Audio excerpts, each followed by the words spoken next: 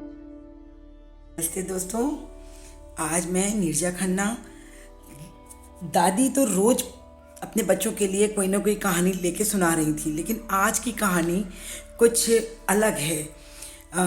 आज की कहानी मेरी उन कहानियों की पोटली में से निकली हुई कहानी है जो मैं आपके लिए लेकर आई हूँ, जिसमें प्यार तो है पर आज के दौर का शोर नहीं है, जिसमें बीते जमाने की सादगी है, कुछ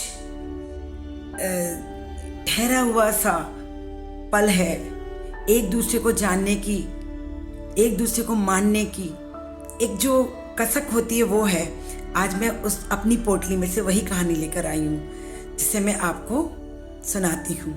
मुझे लगता है कि आपको ये कहानी बहुत पसंद आएगी। तो चलिए कहानी शुरू करते हैं।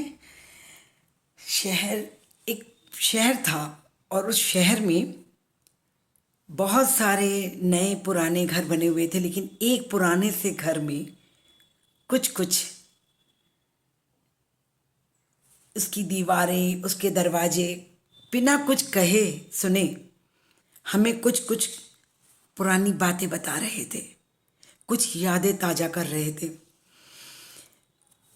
उसी शहर में उस घर के अंदर भीड़ भाड़ से दूर छोटा सा घर और उसकी दरो दीवारें बात करते हुए। सोच के देखिए कितना अच्छा लग रहा है, सुनने में भी कितना शांत शांत सा साउंड कर रहा है। तो उस घर के बरामदे में एक परिवार रहता, उस घर में एक परिवार रहता था। उस परिवार में माधव जी जो कि उस परिवार के मुखिया थे, और सुधा जी जो उस परिवार की रीढ़ की हड्डी थी, स्तंभ थी अपने घर का, माधव जी की पत्नी थी। तो वो दोनों, माधव जी की उम्र 70 साल थी और सुधा जी की उम्र 63 साल।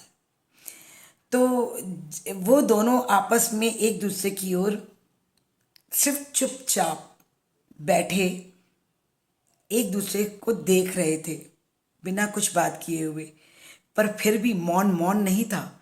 उस मौन के बीच, उस चुप्पी के बीच भी कुछ बातें थी जो सिर्फ मन दूसरे के मन से कर रहा था। और अचानक से माधव जी ने कहा कि सुधा, क्या तुम मेरे लिए अदरक वाली चाय बना के लाओगी?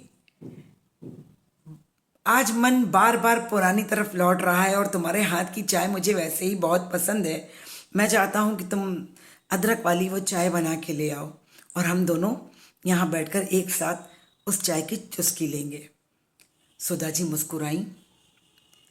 उन्होंने बड़े ही प्यार से उनको देखा और माधव जी से कहा, हाँ मैं ज़रूर बना के लाती हूँ।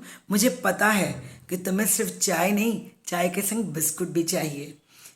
उन्होंने कहा, हाँ ठीक है। वो टाइम जब हम बिस्किट नहीं बोलते थे, बिस्कुट, वो बिस्कुट लेने चली गई किचन में। और माधव जी अपने हाथ को, कभी अपने घर को देखते हुए कुछ कुछ सोचने लगे। ऐसा नहीं कि माधव जी और सुधा जी के बच्चे नहीं थे, उनके बच्चे थे। उनके 2 बेटे थे। दोनों बेटे फॉरेन में बस गए थे, विदेश चले गए थे। अब यहाँ माता पिता अकेले, बच्चे वहाँ। अकेलापन लगता है, लग रहा था उन्हें, लेकिन अपने बच्चों की सफलता को देखकर वो लोग खुश थे। इस तरह से माधव जी तरह तरह की बातें सोचते रहे। उतनी देर में सुधा जी मुस्कुराते हुए आ गई और उन्होंने कहा कि लो पियो गर्मा गर्म चाय। लेकिन ये क्या? माधव जी ने देखा कि सुधा जी के हाथ में एक पुराना सा बॉक्स था, ट्रे में 2 कप और 4 बिस्किट और एक पुराना डब्बा। तो माधव जी ने अपने चेहरे पर सवालिया निशान बनाते हुए पूछा, सुधा, ये इतना पुराना डिब्बा, ये क्या है, क्यों लाई हो? सुधा जी बिल्कुल नई दुल्हन की तरह शर्माई और उन्होंने बोला कि अरे आप चाय पीजिए, मैं आपको बताती हूँ। चाय पीते पीते मैं आपको कुछ दिखाती हूँ। माता जी ने कहा ठीक है। दोनों जन चाय पीने लगे। दोनों के बीच अन, एक, एक चुप्पी, लेकिन बोलती हुई चुप्पी थी। और फिर माधव जी ने इशारे से पूछा, क्या है इसमें, बताओ। सुधा जी ने कहा कि ठीक है, मैं बताती हूँ। उन्होंने डब्बा खोला और उसमें से एक पुरानी चिट्ठी जो पीली पड़ चुकी थी, सफेद रंग के कागज पे लिखी गई चिट्ठी पुरानी हो गई थी और वो पीली हो गई थी। उस चिट्ठी को निकाल के सुधा जी ने कहा कि तुम्हें कुछ याद आता है इसको देखकर। माधव जी ने ध्यान से देखा और कहा, अरे अरे अरे, इतनी पुरानी चिट्ठी और तुम्हारे पास। उनके चेहरे पर एक बहुत ही प्यारी मुस्कुराहट आ गई और उन्होंने मुस्कुराते हुए कहा, अरे सुधा, इतनी पुरानी चिट्ठी और तुम आज भी इसको अपने पास संभाल के रखी हुई हो। तो सुधा बोली कि आपको याद है ये चिट्ठी कब की है? तो माधव जी ने कहा कि याद है मुझे। ये वो पहली चिट्ठी है मेरी जब मैं तुमसे दूर शादी के कुछ ही दिन बाद काम करने के लिए दूसरे शहर चला गया था। और जब मैं दूसरे शहर गया था तो मुझे तुम्हारी और घर की बहुत याद आती थी। वहाँ सब कुछ था सुधा, सब कुछ। खाना भी था, काम भी था, सोने का आराम भी था। लेकिन अगर वहाँ कुछ कमी थी तो वो थी तुम्हारे हाथ की बनी हुई अदरक वाली चाय और तुम्हारे प्यार से परोसे गए खाने की। सुधा एक लंबी सांस लेकर कुछ सोचते हुए बोली, हाँ मुझे याद है। और मुझे बहुत उस वक्त तकलीफ़ होती थी जब आप बाहर रहते थे। मुझे चिंता रहती थी कि आप कैसे खाते होंगे, कैसे क्या करते होंगे, कैसे एडजस्ट कर रहे होंगे। उन्होंने कहा कि सुधा पूछी, अच्छा आपको ये याद है कि आपने इस चिट्ठी में क्या लिखा था? माधव जी बोले, अरे तुमसे जुड़ी हर बात मुझे अच्छे से याद है सुधा, मैं कुछ नहीं भूला। मैंने इसमें लिखा था कि सुधा, मैं यहाँ नए शहर में आ गया हूँ, बहुत भीड़ भाड़ वाला शहर है, लेकिन फिर भी एडजस्ट करना पड़ेगा क्योंकि आने वाली ज़िंदगी के लिए मुझे पैसा कमाना है, इसीलिए मैं तुमसे दूर रह रहा हूँ। लेकिन यकीन मानो, मेरा दिल वहीं रह गया है तुम्हारे पास, और मुझे बहुत याद आती है तुम्हारी और तुम्हारे हाथ की बनी हुई गर्मा गर्म अदरक वाली चाय की। सुधा जी फिर शर्मा गई और शर्मा के उन्होंने कहा कि हाँ, आपको तो सब याद है।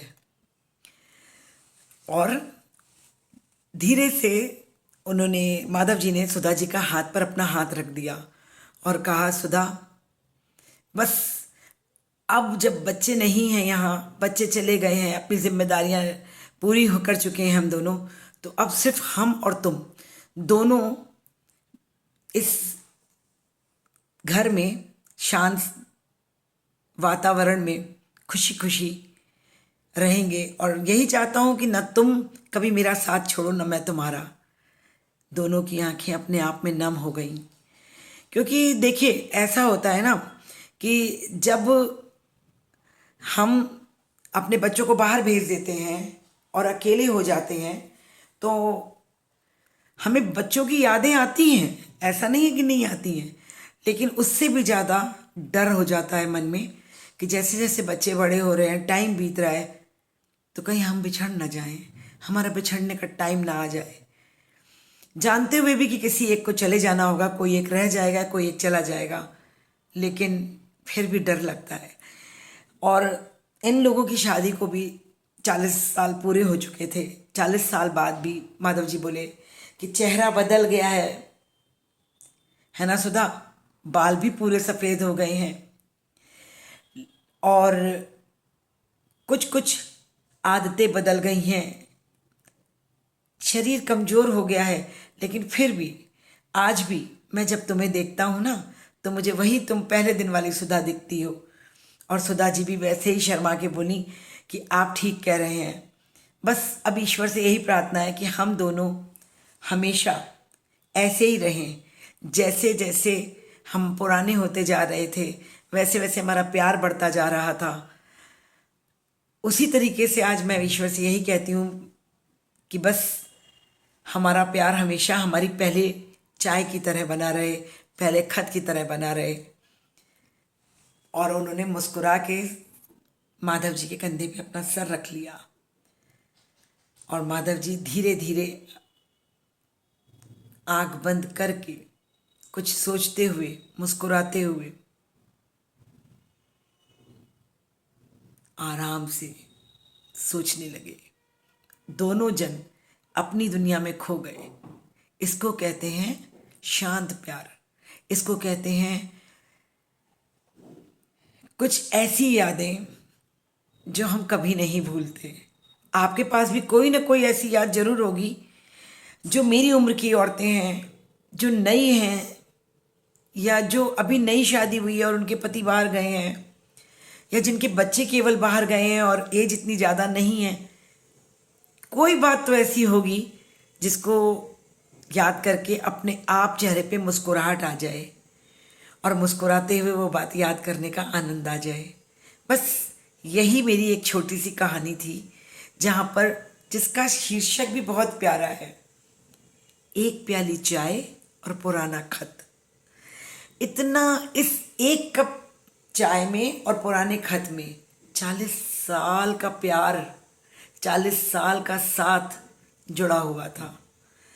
तो मुझे लगता है कि जब अगर हमारा प्यार आज भी वैसे ही ताज़ा है तो फ़र्क नहीं पड़ता कि उम्र कितनी है, फ़र्क नहीं पड़ता कि साथी अब वो हमें हमारी तारीफ़ कर पा रहा है या हमारे को देखकर कुछ कह पा रहा है। अब आंखों ही आंखों में बातें हो जाती हैं। वो हमें समझ जाते हैं, हम उन्हें समझ जाते हैं।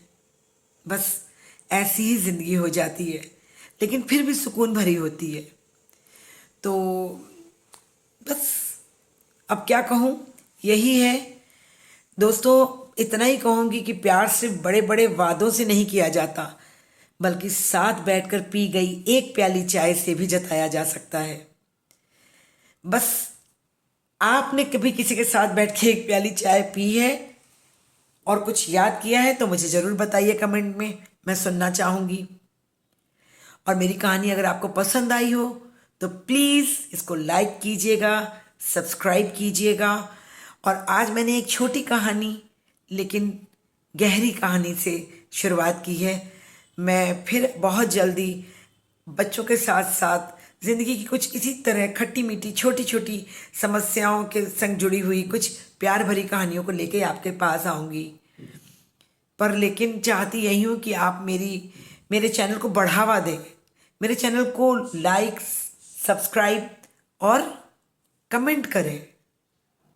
नमस्कार दोस्तों, फिर मिलेंगे एक प्यार भरी मुस्कुराहट के साथ और बहुत सारे प्यार और दुआओं के साथ। नमस्कार।